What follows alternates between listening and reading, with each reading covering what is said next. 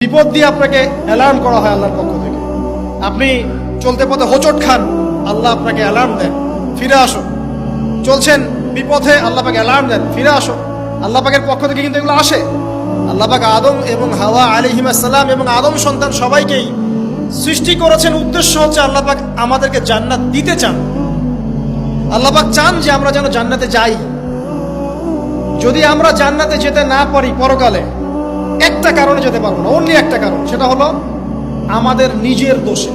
একটা কারণ, যারা জাহান্নামে যাবে মানুষ এবং জিনদের মধ্যে, নিঃসন্দেহে মহাবিশ্বে তারা ছাড়া জাহান্নামে যাওয়ার উপযুক্ত কেউ ছিল না। ও জাহান্নামে যাওয়ার উপযুক্ত ছিল বলেই আল্লাহ পাক তাকে জাহান্নামে পাঠাবেন। আর যারাই জান্নাতে যাবে প্রত্যেকেই শুধু আমলের বদৌলতে যাবে না, বরং আল্লাহ পাকের রহমতেই যাবে। কেউই তার আমল দিয়ে জান্নাতে যেতে পারবে না। নবী সাল্লাল্লাহু আলাইহি ওয়াসাল্লাম এমন ভাষ্য বলছেন, ইল্লা আনা, আমিও না, ইল্লা বিরহমাতিল্লাহ, আমিও নয়, তবে আল্লাহ পাকের দয়া আমাকে ঘিরে ধরবে। আল্লাহ পাকের রহমত যাদের উপরে বর্ষিত হবে তারাই জান্নাতে যাবে ইনশাআল্লাহ। কে আমল দিয়ে যেতে পারবে। যত আমলই করি বলা যাবে না এই আমলের বদৌলতে জান্নাতে যেতে পারবো। আল্লাহ পাক দয়া না করলে হবে না। আল্লাহ পাক চান যে আদম সন্তান যেন জান্নাতেই যায়। এই কারণেই সৃষ্টি করা, এই কারণেই আপনার ওহীভিত্তিক গ্রন্থগুলো পাঠানো, এই কারণে নবী রাসূল পাঠানো, আলেম ওলামা সৃষ্টি করা, মানুষকে সতর্ক করা, হায়াত দেয়া, বারংবার জীবনে চলতে ফিরতে আপনাকে অ্যালার্ম করা হয়, আল্লাহর পথে ফিরে আসেন, আল্লাহর পথে ফিরে আসেন। অ্যালার্ম করা হয় না? বিপদ দিয়ে আপনাকে অ্যালার্ম করা হয় আল্লাহর পক্ষ থেকে। আপনি চলতে পথে হোঁচট খান, আল্লাহ আপনাকে অ্যালার্ম দেন, ফিরে আসো। চলছেন বিপথে, আল্লাহ পাকে অ্যালার্ম দেন, ফিরে আসো।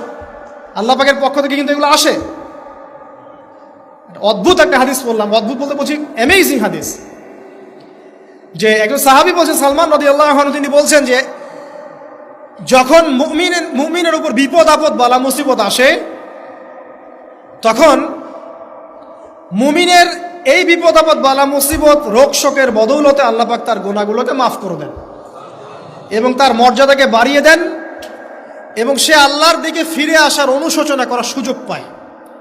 আর যখন কাফের মুশরিক বা ফাসিক মানুষকে এইসব রোগ ব্যাধি বিপদ আপদ বালা মুসিবত ঘিরে ধরে, তার দৃষ্টান্ত সেই উটের ন্যায় যে উটটাকে তার মালিক বেঁধে রেখেছে, এরপর ছেড়ে দিয়েছে।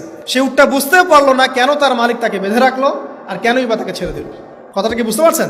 যারা আল্লাহ দ্রোহী, তাদের উপর যখন বিপদ আপদ বালা মুসিবত আসতে থাকে, তারা বুঝে না যে কি জন্য আসলো আর কেন চলে গেল। কিন্তু মুমিন ব্যক্তি যারা মুসলিম, আল্লাহর অনুগত, তাদের বিষয়টা হচ্ছে এমন, বিপদ আপদ বালা মুসিবত রোগ ব্যাধি তাদেরকে আল্লাহর দিকে ফিরিয়ে নিয়ে আসবেন।